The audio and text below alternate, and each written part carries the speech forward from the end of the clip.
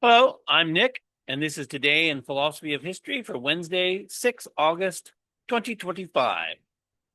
In my episode on Alexis de Tocqueville, I said that de Tocqueville saw the great historical movement of his time as being the transition from the aristocratic institutions of the past to the democratic institutions of the future.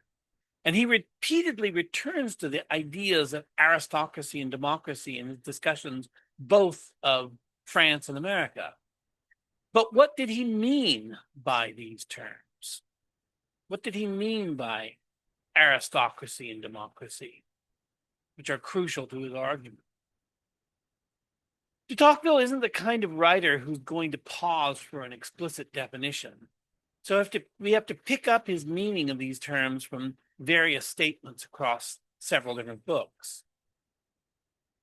Aristocracy in etymological terms means rule by the best, but I don't think anyone today uses the term that way, except perhaps ironically. In Democracy in America, de Tocqueville says of aristocracy, quote, "Land is the basis of an aristocracy, which clings to the soil that supports it. For it is not by privileges alone, nor by birth, but by landed property handed down from generation to generation, that an aristocracy is constituted. A nation may present immense fortunes and extreme wretchedness, but unless those fortunes are territorial, there is no aristocracy, but simply the class of the rich and that of the poor," unquote.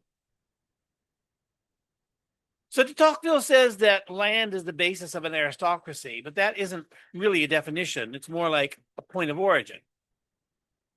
In the old regime and the French Revolution, he mentions the functions of an aristocracy and writes, quote, "A powerful aristocracy does not merely shape the course of public affairs, it also guides opinion, sets the tone for writers, and lends authority to new ideas," unquote.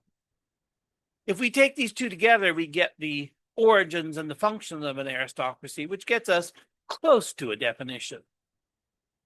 De Tocqueville comes closer to an explicit definition of democracy in the unfinished second volume of The Old Regime and the French Revolution, where he wrote, quote, "Democratic government can mean only one thing in the true sense of these words, a government where the people more or less participate in their government. Its sense is intimately bound to the idea of political liberty. To give the democratic epithet to a government where there is no political liberty is a palpable absurdity, since this departs from the natural meaning of these words," unquote. That doesn't really meaningfully limit the possibilities for democracy, and qualifying the participation of people in their government with more or less doesn't really help matters. There are probably an endless number of ways to set up a government of representative democracy. The Holy Roman Empire was democratic insofar as the emperor was elected. The franchise was of a highly restricted scope since there were only 7 electors. But this is something we have to ask in regard to any democracy. That is to say, the scope of the franchise, which is one of the many variables of representative democracy. Again, that is to say, a metric by which a government might be more or less involved with the participation of its people. In Democracy in America, de Tocqueville narrowed in on what he saw as the distinctive character of specifically American democracy. Quote, "The American institutions are democratic, not only in their principle, but in all their consequences, and the people elects its representatives directly, and for the most part annually, in order to ensure their dependence.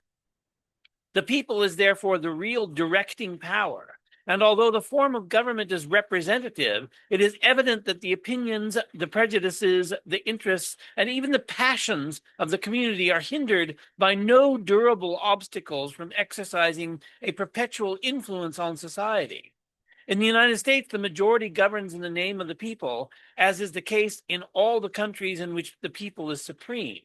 This majority is principally composed of peaceable citizens who, either by inclination or by interest, are sincerely desirous of the welfare of their country," unquote. Given the many ways in which a representative government might be constituted, de Tocqueville implies that representation is often indirect, but American democracy tends as close to direct democracy as a representative government can be.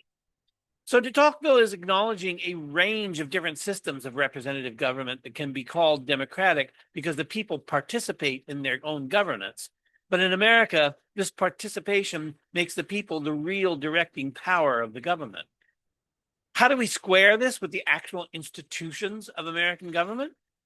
We all know that neither the Declaration of Independence nor the U.S. Constitution mention democracy. And democracy is only mentioned a handful of times in the Federalist Papers, and then mostly to make careful distinctions between democracies and republics. Partly we can square this by the simple observation that the Founding Fathers saw things differently from de Tocqueville, as we can see by the careful distinction made between democracies and republics in the Federalist Papers. For example, in Federalist number 10, Madison wrote, quote, "The two great points of difference between a democracy and a republic are, first, the delegation of the government in the latter to a small number of citizens elected by the rest. Secondly, the greater number of citizens, the greater sphere of country over which the latter may be extended," unquote. This is just the distinction between direct democracy, which Madison calls pure democracy, and representative democracy. Both of these are covered by de Tocqueville's sense of a people more or less participating in their government. So what Madison presents as a bimodal distinction, one or the other, de Tocqueville is presenting as a continuum, and this continuum is anchored at each of its ends by a greater participation in democracy or a lesser depiction of participation in democracy by the people of that state. So as it turns out, in direct democracy, the people participate more, and in a representative democracy, they participate less. If we want to, then we can turn this into a matter of definition, but this isn't helpful, especially where de Tocqueville himself doesn't offer explicit definition. This just begs the question of why the Founding Fathers saw this differently from de Tocqueville, and here we come to what's distinctive in de Tocqueville's analysis. But before I talk about de Tocqueville's method of analysis, I want to mention another theme that looms large in democracy in America, and which, again, plays only the most minimal role in the codification of America's government. De Tocqueville also writes a lot about religion. In fact, he writes so much about it, we could just as well have called the book Religion in America instead of Democracy in America. For de Tocqueville, religion and liberty in America are intimately connected. Quote, "Anglo-American civilization is the result, and this should be constantly present to the mind, of two distinct elements which in other places have been in frequent hostility, but which in America have been admirably incorporated and combined with one another. I allude to the spirit of religion and the spirit of liberty," unquote. At least as important, or more important than this relationship between religion and liberty, is that de Tocqueville sees religion as the basis of American society.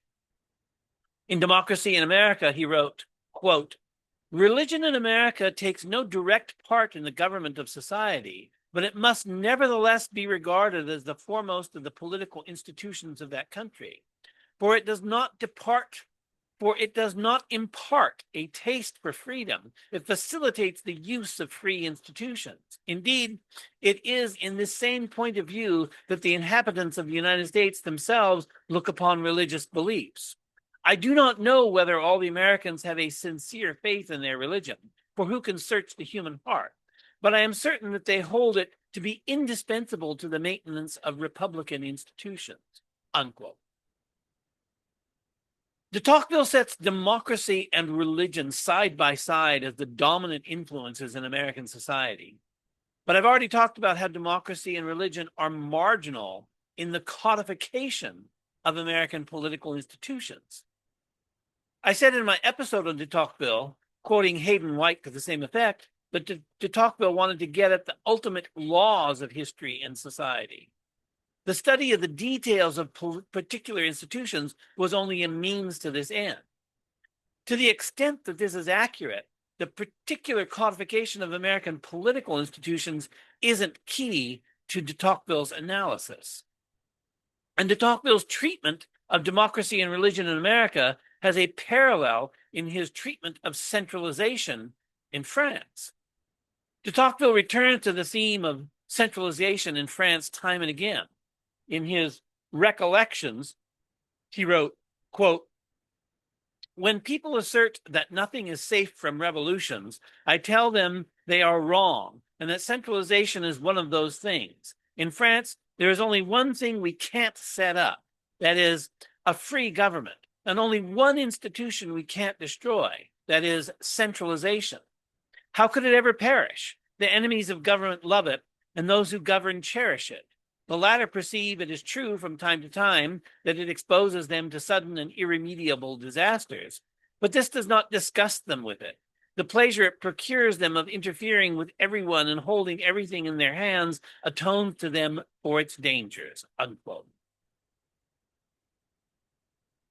Democracy and religion in America and centralization in France aren't formally written into the charters of these states, but they're everywhere implicit and have become the implicit basis of how the written charters are interpreted and applied. How can we express this theoretically?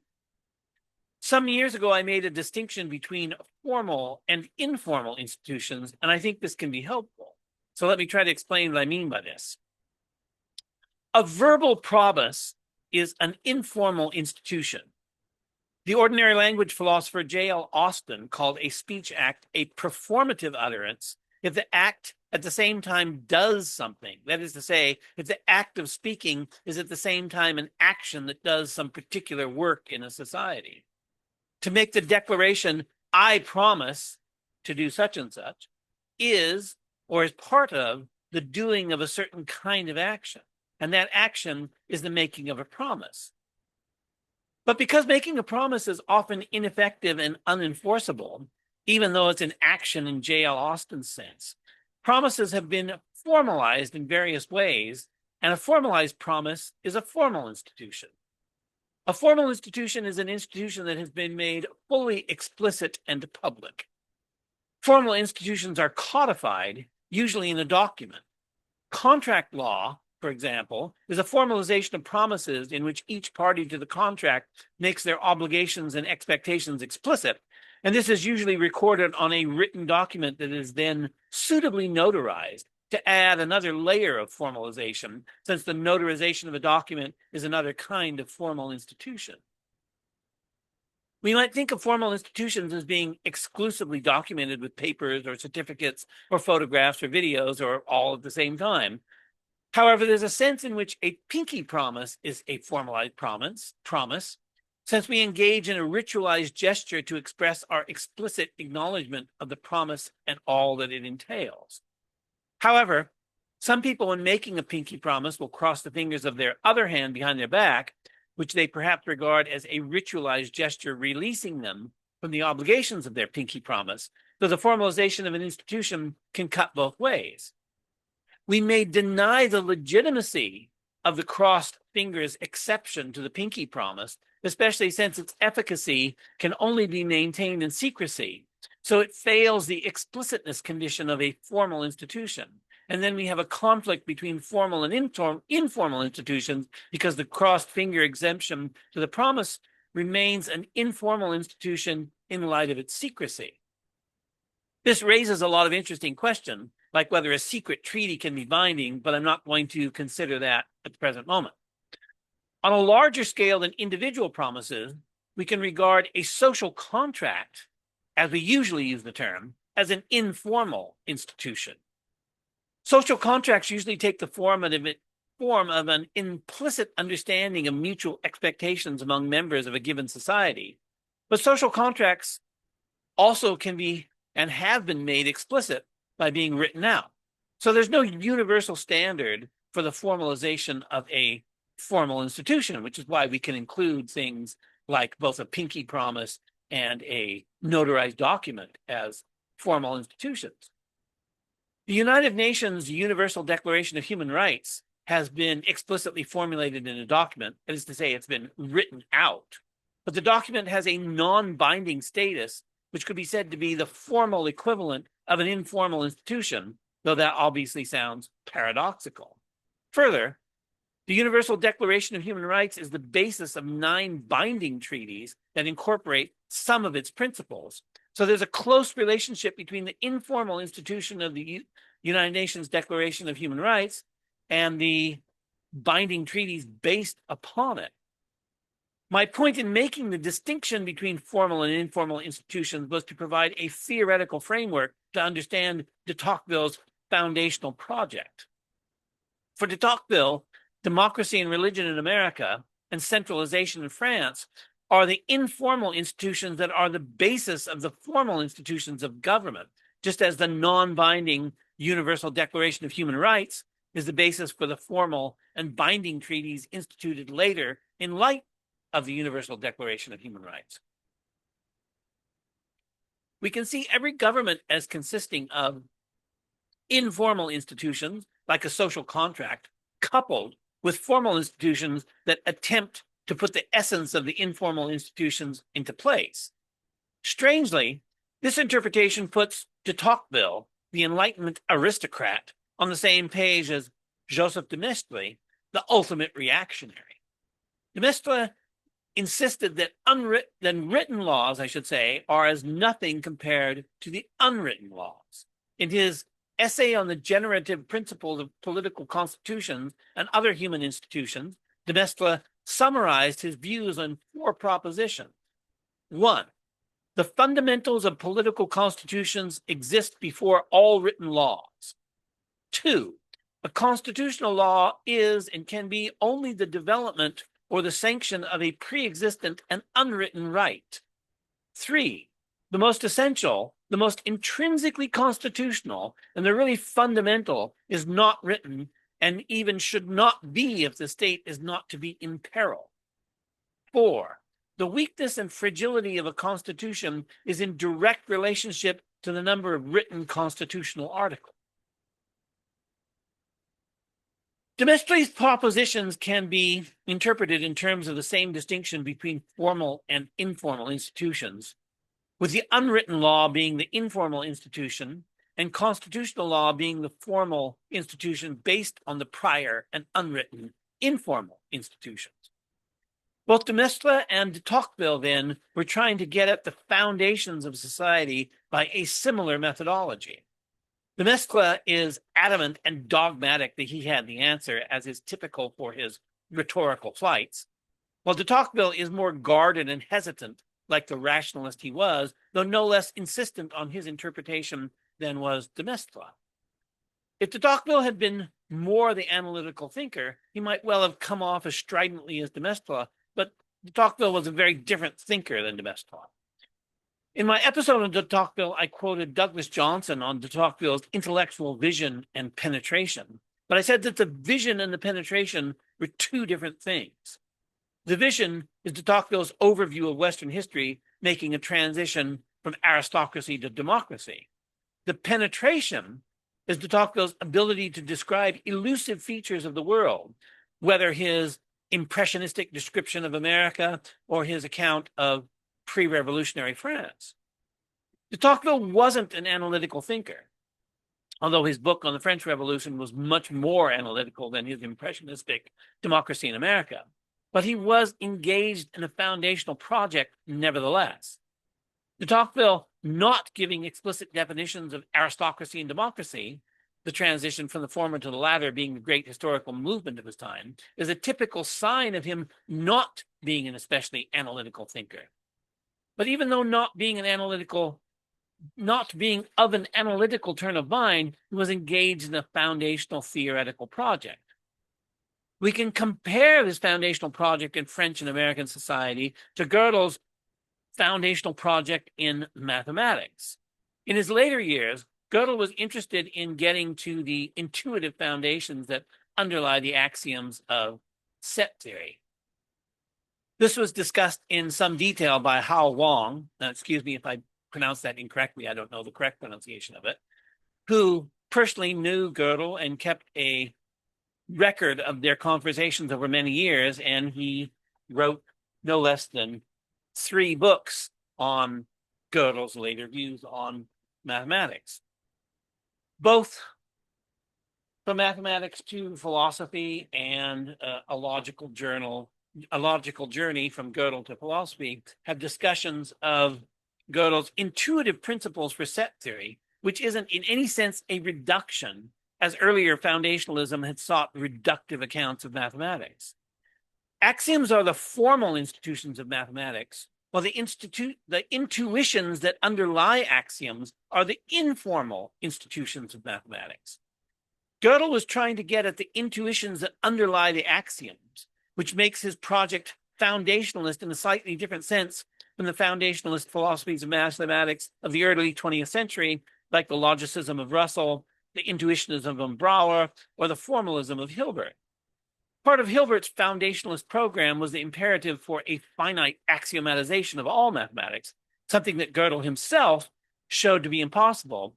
And he showed this to be impossible in the framework of Russell and Whitehead's Principia Mathematica.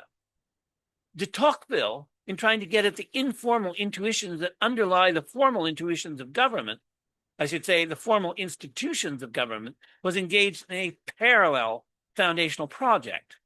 As with Gödel's foundational project, de Tocqueville isn't seeking a reductionist account of governmental institutions, but he was rather seeking the source from which these institutions flow. And for de Tocqueville, democracy and religion were the informal institutions from which the formal institutions of American governance flowed, while centralization was the informal institution from which the formal institutions of French government flowed. Put another way, democracy is the informal basis of the formally codified American Republic that doesn't even mention democracy in its constitution, while centralization was the informal basis both of the formally codified French monarchy and later of the formally codified French Republic. This analysis of de Tocqueville's project is borne out by de Tocqueville himself, who emphasized in his book on the French Revolution the continuity of post-revolutionary institutions with pre-revolutionary institutions. He wrote in the foreword to the Ancien Régime and the French Revolution, quote, "I am convinced that, though they had no inkling of this, they took over from the old regime not only most of its customs, conventions, and modes of thought, but even those very ideas which prompted our revolutionaries to destroy it. That, in fact, though nothing was further from their intentions, they used the debris of the old order for building up the new. Thus, if we wish to get a true understanding of the French Revolution and its achievement, it is well to disregard for the moment the France of today and to look back to the France that is no more," unquote. The continuity of centralization from pre-revolutionary to post-revolutionary France is a point that de Tocqueville returns to many times in the subsequent exposition in that book. I could formulate this in the claim that the informal institution of centralization was expressed differently in the formalization of the monarchy and the formalization of the Revolutionary Republic. The next step of an analysis of de Tocqueville's foundational project would be to define the conceptual framework within which he attempted to demonstrate how the formal institutions of French and American society are founded on the informal institutions of democracy, religion, and centralization. I haven't yet gotten this far, however, and I don't think that this question has a clear answer because I don't think it has a clear answer because I don't think de Tocqueville himself had a clear-cut conceptual framework. The mentality of de Tocqueville's time, to borrow a term from the Annales school, was an admixture of elements borrowed from the feudal and aristocratic past and elements anticipated from the democratic and egalitarian future. That is to say, de Tocqueville's conceptual framework was a mixture of the old and the new that reflected the historic transition from aristocratic to democratic governance that he sought to depict across his books. De Tocqueville is a fascinating figure. The more I read, the more I was drawn in. And if I wanted to, I could keep producing addenda to my de Tocqueville episode, and maybe I'll return to that at some point. But for the meantime, I wanted to discuss this distinction between formal and informal institutions as a way to throw some light on what de Tocqueville was doing or what he was trying to do. Thanks for listening.